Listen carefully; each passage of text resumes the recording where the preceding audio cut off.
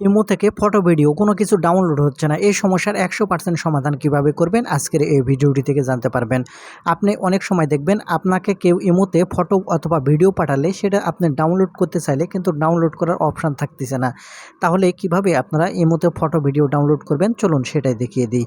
তো মূল ভিডিওতে যাওয়ার আগে ছোট্ট একটা রিকোয়েস্ট করব, শুধু ভিডিওটিতে একটা লাইক দিয়ে ভিডিওটি শেয়ার করে রাখবেন, প্রয়োজনে কাজে আসবে।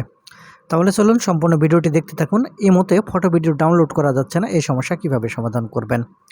তো সেজন্য সর্বপ্রথম আপনারা যে কাজটি করবেন, এখান থেকে আপনাদের ফোনের যেই গুগল প্লে স্টোরটি আছে, আপনার ফোন থেকে গুগল প্লে স্টোরটি ওপেন করে নেবেন।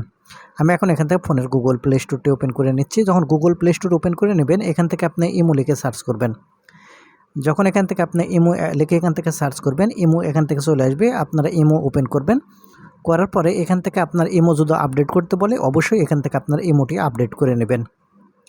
ইমো আপডেট করা হয়ে গেলে এখন এখান থেকে ব্যাক বাটনে ক্লিক করে চলে আসার পরে এখান থেকে আপনার ইমো অ্যাপ্লিকেশানটি ওপেন করবেন।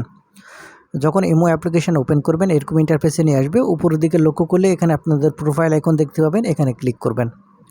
করলে এখানে আপনারা সেটিংস অপশান দেখতে পাবেন। জাস্ট এখান থেকে আপনি সেটিংস অপশানের উপর ক্লিক করবেন।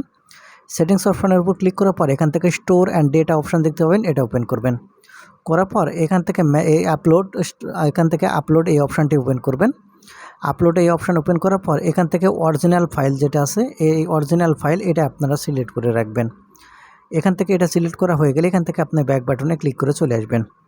আসার পর এখান থেকে আপনাকে যে ইমোতে ফটো এবং ভিডিও পাঠিয়েছে, যারটা আপনি ডাউনলোড করতে চাচ্ছেন, তার আইডিটি এখান থেকে ওপেন করুন। করার পর যে ফটো বা ভিডিও আপনি ডাউনলোড করতে চাচ্ছেন, তার উপরে এখান থেকে আপনি যে কাজটি করবেন, এখান থেকে আপনি আঙ্গুল দিয়ে ট্যাপ করে ধরে রাখবেন। তাহলে একটা দেখতে পাবেন এই ফটো অথবা ভিডিওর উপরে একটা টিক চিহ্ন উঠে আসবে। এখন উপরে এখান থেকে শেয়ার বাটন দেখতে পাবেন, এই শেয়ার বাটনের উপর ক্লিক করবেন। করলে এখানে দেখতে পাবেন উপরে আপনারা লক্ষ্য করলে এখানে অ্যারো বাটন এখানে দেখতে পাবেন, এখানের উপর ক্লিক করবেন।